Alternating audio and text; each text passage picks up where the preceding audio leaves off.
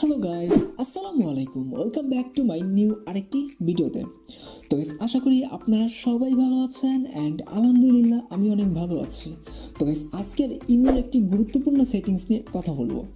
তো গাইস, তার আগে বলে নেই, আপনি যদি ছোট্ট চ্যানেলটিকে এখনো সাবস্ক্রাইব না করে থাকেন তাহলে অবশ্যই চ্যানেলটিকে সাবস্ক্রাইব করে পাশে থাকা বেল আইকনটা বাজিয়ে দিন।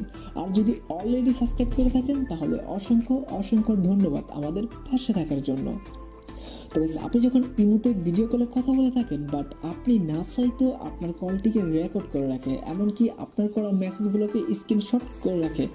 বাট আজকের এই ভিডিওতে আমি আপনাদেরকে দেখিয়ে দেবো কীভাবে খুব সহজেই আপনি এটাকে বন্ধ করে রাখবেন। তো আমরা চলে যাই বরাবরের মতো ফোনে স্ক্রিনে, সেখান থেকে বিস্তারিত দেখে নিই কীভাবে আমরা এটাকে বন্ধ করে নেব।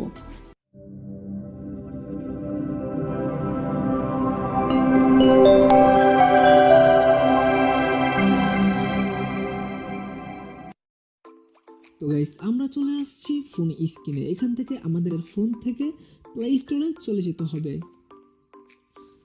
তো গাইস, এখান থেকে আপনার ইমো অ্যাপটা যদি আপডেট করা না থাকে তাহলে অবশ্যই সর্বপ্রথম যেটা করতে হবে, আপনার ইমোটাকে আপডেট করে নিতে হবে।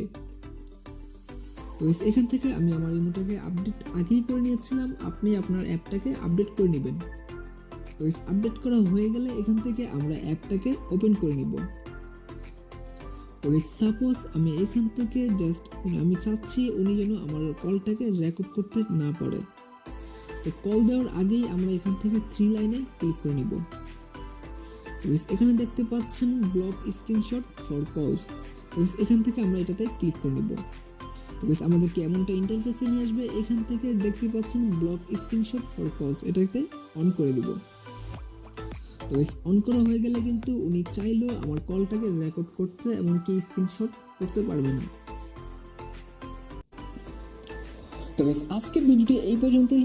ভিডিওটা ভালো লাগলে অবশ্যই একটি লাইক, কমেন্ট, শেয়ার করে দিবেন। দেখা হবে নতুন কোনো ভিডিওতে। আসসালামু আলাইকুম।